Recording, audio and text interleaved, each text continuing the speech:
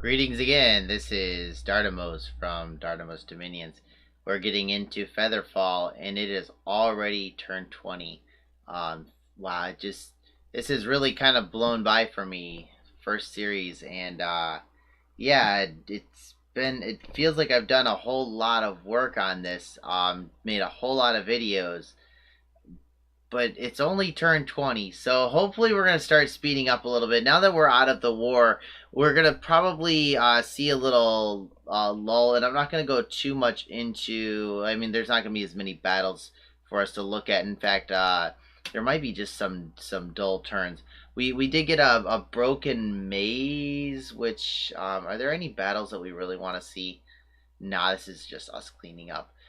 So let's go see what that is real quick.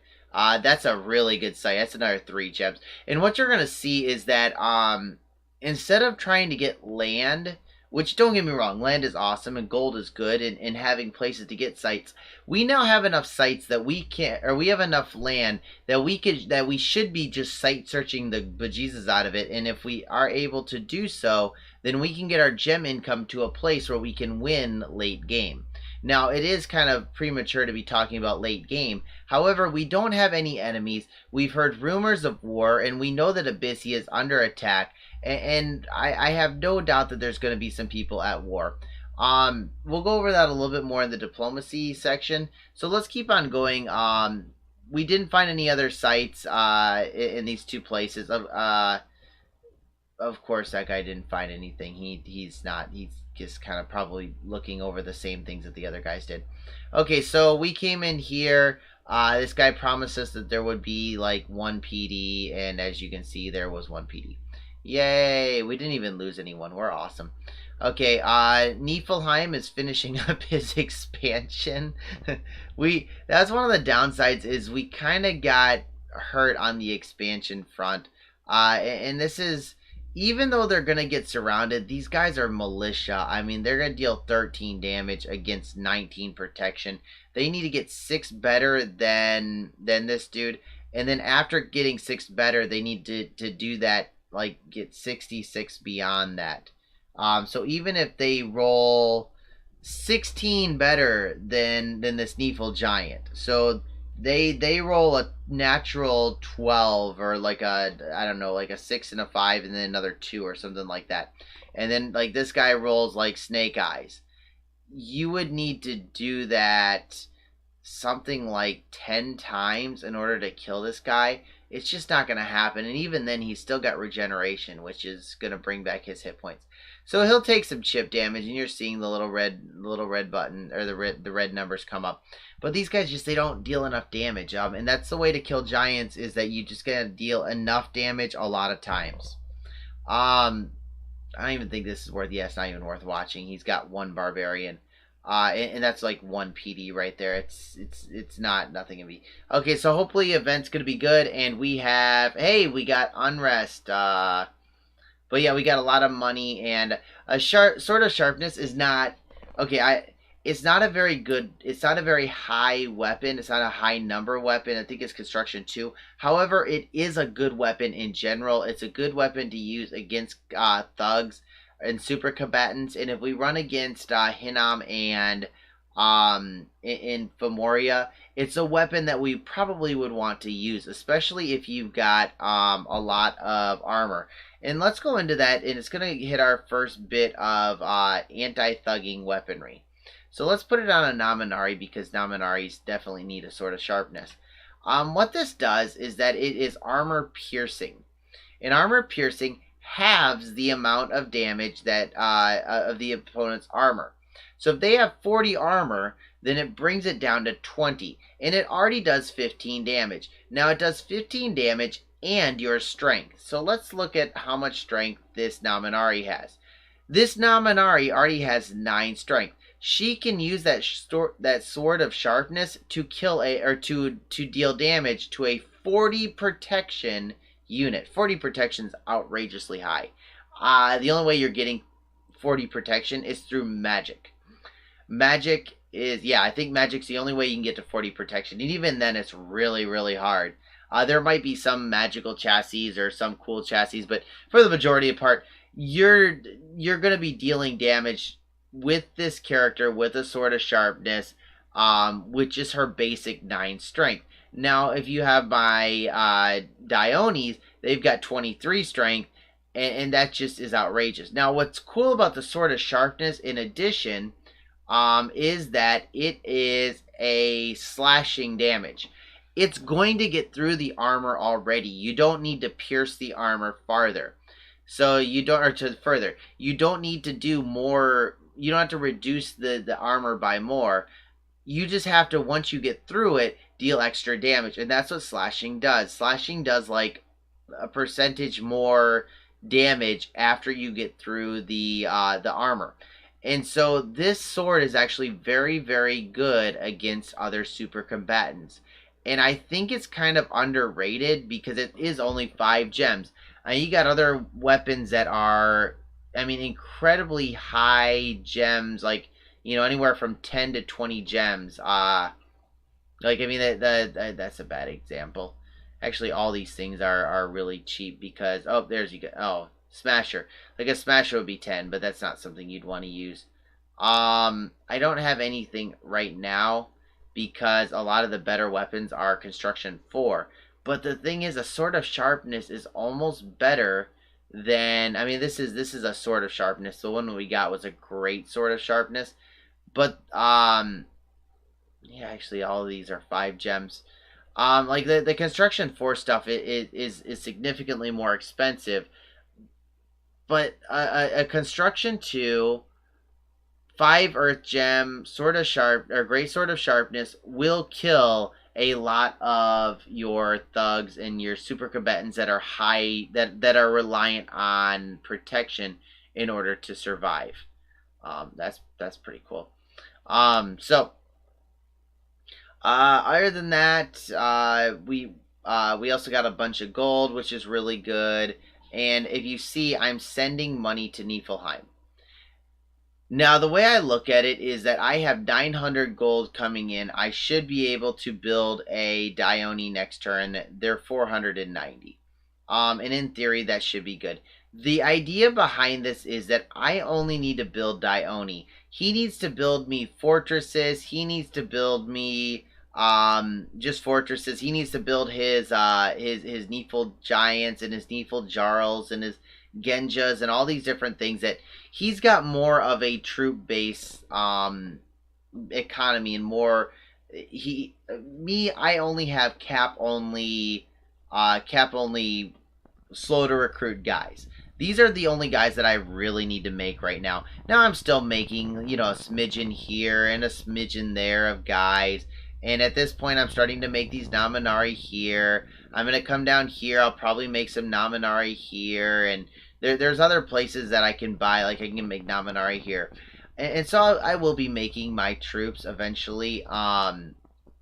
But for now, I want to boost up Niflheim. Because if Niflheim gets big, then he can protect me while I'm weak. And the money that he gets will turn around and make these, well, not this one, it's not a bad example, but pretend this was something he made. It increases the income from this province, and him increasing his income is better. Because if you look at our score graphs, the provinces, even though I'm sitting at, I think that's me. Yeah, that's me. Even though I'm sitting at significantly more provinces than he is, he's still beating me out in income. Now, why is that? Well, I'm Yomi, and Yomi has a reduced income debuff. I think it's like 20 to 25% less income. So we would rather him snowball his income than me snowball mine. And not only that, but I'm getting some really good, I'm getting the turmoil luck. I don't know, like, he might just not have told me about his income special events, but I don't remember him getting any of them. In addition, he's also sending me his gems, and I'm starting to turn around and make, I'm going to start making more and more dwarven hammers. So let's talk about our movement right now, real quick. We're doing some more movement to do some site searching. We're finally building a lab here. This is actually a mistake. I should have moved this guy up here and built the lab here. One thing I see this time as a Yomi player, I really, really, really want to be able to. I really, really, really want to start looking for these highlands and looking for these mountains. Now we have a problem on this front. He's got all of his Fomorian giants here, which is very scary. The thing is like this is this is Brother Sickness, who is in my brother battle brothers. I just get Band of Brothers and Battle Brothers mixed up, but he's in that series, and I talk to him regularly. He was the one who I talked to that told me that he thought Ulm would be able to take me out. And like he's a pretty trustworthy guy, but at the same time, like we're pretty open here, and if he came trouncing through here, we would be in full retreat and really trying hard to get to construction 6 or construction 4 in order to deal with this. Do I think I could take this on? Yes. I do have a ton of Dione. We are done with this war. It's over. And all that it takes is probably next turn he will take Argosapali. We'll put this under siege, and then he would move all of his troops up, and we would fight out this war. Would we win? It would be pretty bloody, but we could at least stall them for a time. I think I can do some raiding through this territory with my Diones in addition. So I don't know. I don't know if this force was him having bad communication and going to go to war with us, or if it's going to go hit Mictlan. If I were him, I would take a beeline towards Mictlan. Mictlan looks very small and scrumptious. I mean, they still have, and I'm kind of counting in my head. They still have, 12-ish. If they control these 3, which they might not because Pan's here, they should have about 12 to 15 provinces locked up. So I don't know exactly if they're heading in this direction, but it doesn't. I don't know where Hinam's troops went, so I don't exactly know what's going on here. But they might be attacking us. They might be attacking Mictlan. But either way, this is something where you get on the phone right away and be like, "Hey, that's a lot of troops on my border. What's going on? We still cool? We still cool, man." Another thing it might be is that he's coming in here, and he might be he might be just waiting for me to bump him here. So, yeah, he's got an invasion force here. He's got an invasion force here. I'm kind of curious if they got some paths mixed up and if he was actually going to plan on attacking me here. Because it would have been a decent attack. I think I would have beat him, though. I don't have turmoil here, but when I moved here and had these 2 spots, if you see my turmoil is really high. He could have gone from here to here, and he would have I think he would have gotten slaughtered by these guys. Even Fomorian giants, these guys end up dealing, it only says 13 damage, but that doesn't count their chaos power, which brings them up to like 18 to 20 damage, and Fomorian giants can't get buffed very easily. So I think we still would have won that fight anyways. This guy's decently geared, and I can almost guarantee that this Fomorian king is not geared. I don't know, maybe he would have gotten construction 2 and geared this guy up. I don't know. I don't think he would have. I think we would have at least came out even. And at the end of the day, like when it comes to these Fomorian kings and the Fomorian giants, it's kind of like my Dione. It's you're risking your future. Once you blow your Diones or your Fomorian kings or your Fomorian giants, you kind of lose part of your permanent strength. And as the turns go on, it becomes less and less. It might be like, right now it'd be 1/20th of all my strength, whereas, turn 100, it's 1/100th of my strength, or 1/50th of my strength, because it's every other turn. So it's it's still diminishing your overall potential as a nation. Not only that, but it also makes you look really weak. If he comes in here and he loses, I'm definitely going to send a private message to Tianchi saying, hey, dude, look what I did to Femoria. Or, down here to Vanheim saying, hey, look what I did to Femoria. You might, if you'd like some easy pickings, because I'm going to go straight for his capital and I'm going to take him over.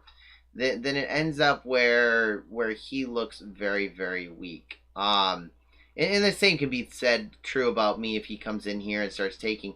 But I'm not gonna give him this fight. If he wants to come in here, he's gonna go one and then probably take my fort. And then I'm just gonna let him. I mean, do you want that fort? Go for it. You can get yourself 8 income. It doesn't matter to me. For me, I will be raiding through his lands, and that's part of the reason why I'm starting to build some of these guys. And by the way, this is what was given to me. These Bakemono show, like, I got 47 of them through a random event. I think they sit here for a while in addition. Because I don't think I actually realized what they were. I thought they were demons, but they were just goblins, which kind of suck. But I'm starting to recruit some common troops here. I thought I was. Maybe I'm not. Oh no, I did it last turn. Just to see if I do want to go and attack, because we were talking about going after Mictlan next. But ultimately, if you see, my moves are mostly, site searching, prepping to take over territories from. I think my buddy said like he couldn't give me this one this turn, so I'm gonna bring him down and take World's Teeth Mountains, from him eventually, and so I've got a lot of site searching going on right now. And that's kind of what we're thinking about doing, is just holding off for now. We do look very scary because we took 2 caps so quickly. We do look like we are the biggest boys on the block. And at the end of the day, while we're afraid of a coalition, we want somebody to attack first. Because we can sit there being at war with nobody and be like, whoever attacks us first, you're going to get it. And kind of like if you got 1 bullet in the gun and you got 3 guys and you say, hey, look, I can't get you all, but the first one of you that takes a step, I'm going to put a bullet through your head. And like all of a sudden it's like, oh my goodness, I don't want to be the first one to take that step. So you could actually hold off 3 guys with 1 bullet just through the threat. But the moment you shoot the gun, if we go and we say, hey, we're gonna go kill Mictlan. Mictlan's, we're gonna get him, and we jump on Mictlan. Well, we kind of shot our bullet, and Fomori can be like, oh my goodness, they're at war with Mictlan. Let's jump now. Or Pan can be like, they're at war with Mictlan. Let's jump now. We, because we killed Arcos and Ulm so quickly and so quietly, we're kind of not that big of a risk. But we do have a problem. He has got this monstrosity of an army here, and I don't know why it's here. It's very frightening, and we're kind of worried about him taking this one, and we don't think we have a nap with him. Last I heard, we didn't have a nap, so we're at this point trying to figure out. We kind of want a nap because we don't want to deal with this. Rakasharajas are not fun to play against. That's a big army, and it's just frightening in general. So I'm kind of this doesn't look like a cool army. So we're gonna try to dodge it. So right now, if these guys both declared war on us, it would be probably pretty disastrous. And we'd be coalition down. We probably need to talk to some other people to help us out. But I'm gonna send Neefel off to Diplo this guy. I'm going to be working on Brother Sickness and be like, if this is coming our way, can you at least give us some warning? But let's move on to the next turn and see what happens. Let's see if they do jump onto us or not. Turn 21. Oh, hey, I need to go get some more turns.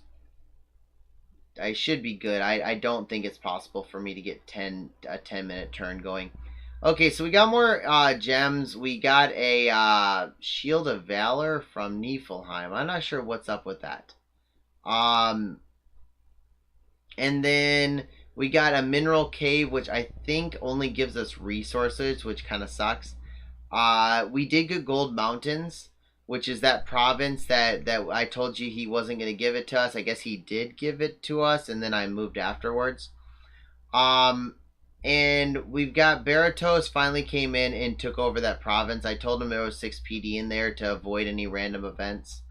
We're my buddy is finished or is doing war trolls. Oh, this was a this province was on the border of Pan, and these guys regen. They hit really hard, so there is a possibility that he does take a couple afflictions from it. But the Neefle Giants are better than trolls. They just straight up win. So you see, like, we surround them, and then like these guys are now sitting at 119 fatigue, and that's coming from the cold aura that's surrounding. They don't have cold resist at all. So they just fatigue out, and then after they get fatigued out, they just get mowed down. So yeah, we win that expand. The Rusty Badlands, that's like maybe 3 PD. That's a weird number of PD. Maybe 2 PD. I don't know. It's not a lot of PD though. I'll tell you that. We met 0 resistance. So TNG left that province empty. We did not get attacked by Femoria. And looking back, I didn't think Femoria was gonna attack us. I really didn't, because I trust Hinan pretty deeply, and I felt like the nap 3. But looking at it now, I mean, maybe I should probably talk to him and see if like Femoria was actually planning to attack us, because that would have been a two-pronged attack, and it would have. I still think we would have done well. I think we would have done very well. But it would have set us back, and it would have also, like I said, like we would have used our bullet, and at that point, Pam might have jumped on us, and anybody and any number of other people might have jumped on us. Deep Wood, we scouted out. This is the throne that's next to where it's between Ulm and Niflheim's capital. I'll show you that in a little bit. Glistening Woods. Okay, so we jumped in here. I don't think I showed you guys last turn. I was just a moving turn for these guys. And Abyssia did not get taken again. Abyssia is still under siege. So these guys, you just can't help it. 20 damage piercing, you're gonna take losses. The hope is that we don't take many losses. These guys are getting cursed, which is kind of annoying. But at this point, we're out of things to do with these guys, and that's going to be a problem, not for us but for them. So we have assaulted Argos Sapali at this point, and we get to see what's inside, which is actually a surprising number of troops. Maker of the Maze, I think that's a national hero. He's also got a couple of Wind Lords and a Azure Mage. So I don't know why he didn't just sortie with everything. I mean, everything in here is gonna die. I mean, we might see. Okay, so they did. How did they kill? Oh, he's got his pretender here too. Oh. Okay, there he is, Demi Lich. Okay, so the Demi Lich is drinks coffee. I mean, I'm not exactly sure. I thought this had to be a disciple, but the thing is that like your disciple is one of those that ends up claiming all the territories. So maybe they were going with like, maybe they were trying for Mother Oak and trying to be Pan for Mother Oak and Riches from the Deep and stuff like that. Like just get a whole bunch of globals, but I don't know what the heck's going on with this. What's he gonna cast? Drinks coffee, enlarge. So wait, so did he cast like enlarge on himself?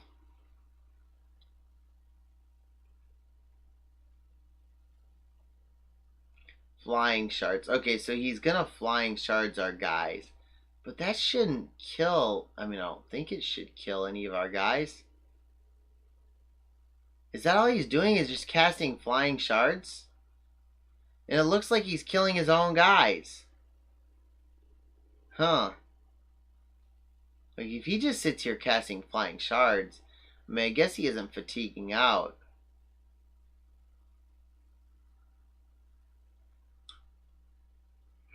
It says he kills somebody. I want to see who he could possibly kill because I don't think those flying shards are going to do it. And maybe it is. Okay, well, I stand corrected. Flying shards can kill Nephil giants. Oh man, this is okay, so they're mostly routed. Good. That's going to end up killing these guys eventually. But the regen should cover it. What's possible is one of these guys didn't get the regen bonus. So let's see if he starts changing to something else. Yeah, he must have flying sharded somebody, or we just didn't see the or we didn't see the results, or we didn't see the proper results. I don't know. Okay, so Arcos Folly's ours. We just got to get that last castle and we're set. So Jinport, we got a temple for free, which is awesome. The downside is that it's in a territory that has one of our like a high income province. So we're gonna start losing income from it, and we lose the tax for the turn, and that may be a problem because we just sent a ton of money to Niflheim. Okay, so we got a lightless lantern, which is amazingly awesome. It's a research item.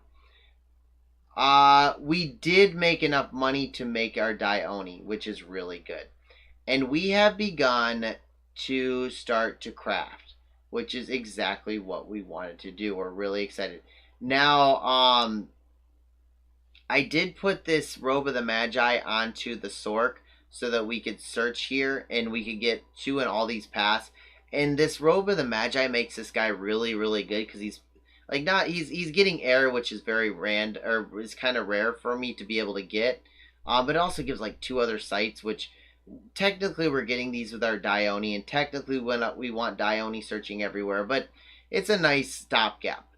And not only that, but the reason why we don't put this on him and start having him search everywhere is that it's tainted, and it has a chance of getting horror marked.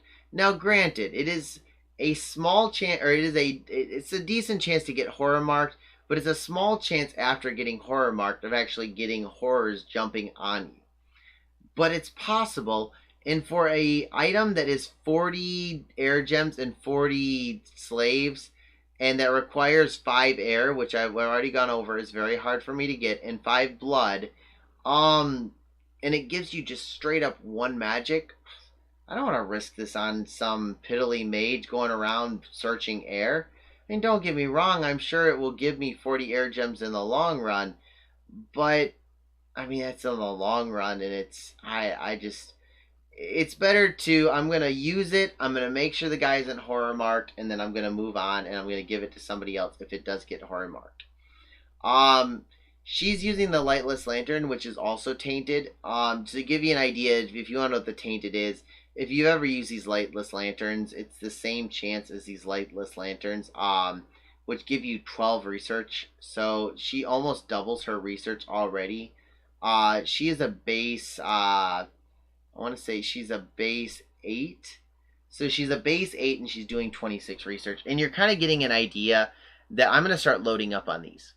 And what's going to be really fun is I'm going to go through my unit, or through my list, and there's going to be like very few units researching. And in fact, if you see, there's like 1, 2, 3, 4 units are researching. And with 4 units, I'm getting 70 research. Now, that's not a whole lot. And by the way, I've gotten off of Conjuration, and I finally, used my brain and have gone after construction, which is what I should have done already. I don't debate that. I don't think that Conjuration 4 was a bad idea. I think it was a very good idea. However, I'm not sure if it's better than Construction 6, because at this point, if I get Construction 6, then I'll be able to use these fire gems for lightless lanterns. And if I use those fire gems for lightless lanterns, then I will be able to go back and get Construction 4 really fast. Because lightless lanterns are just so good. And I'm starting to get a lot more of these little Nominaries.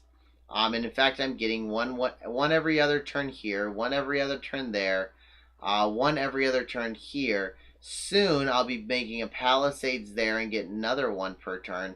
Get another Palisades here, get 1 per turn here. And all of a sudden, I'm getting anywhere from 3 to 4 Naminari a turn. Not only that, but I will. I'm supposed to. I'll probably be making a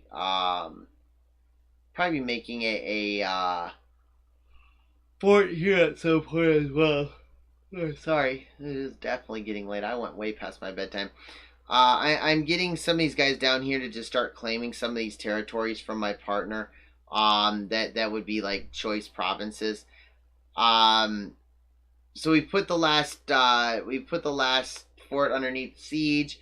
And by the way, we this is the province that we searched. It's not that scary, to be honest. Not that one. It only has one Wormwood Witch and one Black Mage, which, I mean, it's not. Oh, we can go look at the mages real quick. I don't think it's going to be that scary. Okay, so there's one of them. Uh, Maybe some elementals, probably Skelespam. And then where's the other mage? There she is. Maybe a lesser elemental and then a lot of Skelespam. A lot of Skelespam. So my guess is the elementals will be rare. I might get some big size air elementals. So if we do go in here, we might want some lightning resist, but nothing that I'm too scared about. In addition, we found another throne that is surrounded by Pan, but isn't taken by Pan. And that's going to be kind of important as we go along. So right now, we either border or own 1, 2, 3, 4 thrones, and we need 6 to win. There's another one here that we border, so we technically border 5, and then we have a one here that somebody else owns, and one here that somebody else owns, but we're not technically not adjacent yet. Hopefully he will come down and take one or both of these provinces soon. So, we've kind of gone over diplomacy. We've went over our moves. It's a lot of site searching moves, except for one. Let's go over the cohort real quick. So, I have bid once again on the shipwreckers. What I want to do is I'm going to grab them. This will be my last turn. And then I get 3 turns with them. And what I'm going to do is I'm going to go 1, 2, ping, 3. And when I ping them, I'm hoping to deal a little bit of damage and see what's here. And hopefully we'll be able to take over Sea of Karasos. We'll be able to take this over with maybe a Dione with a rig of water breathing. So other than that, we got lots of guys that are moving. I kind of wanted to see what the sneak and attack did. It was kind of cool. What's interesting, I actually found like I thought, okay, maybe they fixed this bug. Okay, so there was something where I could I think I could sneak and attack my own provinces, but not my neighbors, or something was weird with like the sneak and attack move. And I think that the sneak and attack, oh no, yeah, I think the sneak and attack will actually end up pillaging, which is exactly what I want to do. I want to pillage this place to get some extra money and to bring up the unrest, so that I can get some units. Some units. And my thought is that I will not be able to make any more units, but I'll still be able to recruit commanders. This is incorrect, guys. I actually screwed this up. You cannot recruit commanders, and you cannot recruit normal units. So that's pretty much the turn. It's going to get kind of boring for a little while, and we're going to burn through some of these turns. I kind of want to get back to the action again. Kind of go over some of the battles more than than just the gems. The research is going to be kind of important. We need to keep an eye on that. So again, the research got transferred over to construction 6. I think that this is you're going to see this is going to be very, very key to our success or failure. Is getting I mean, just straight up success. Everything good that we get from this point on, it comes from construction. Especially because our research is dismal right now. 70 research on turn 21 is not it's not what you want. So I hope you guys enjoyed the episode. Likes, favorites, comments, blah blah blah, all at the bottom would be very helpful. Lets me know that you guys appreciate the content. Lets me get motivated to put out more content, and just to get more Dominions. Let's other people know that Dominion's content is something that they want. And hopefully we can start seeing more Dominions YouTubers come onto the scene. So I hope you guys enjoyed it, and I'll see you guys in the next one.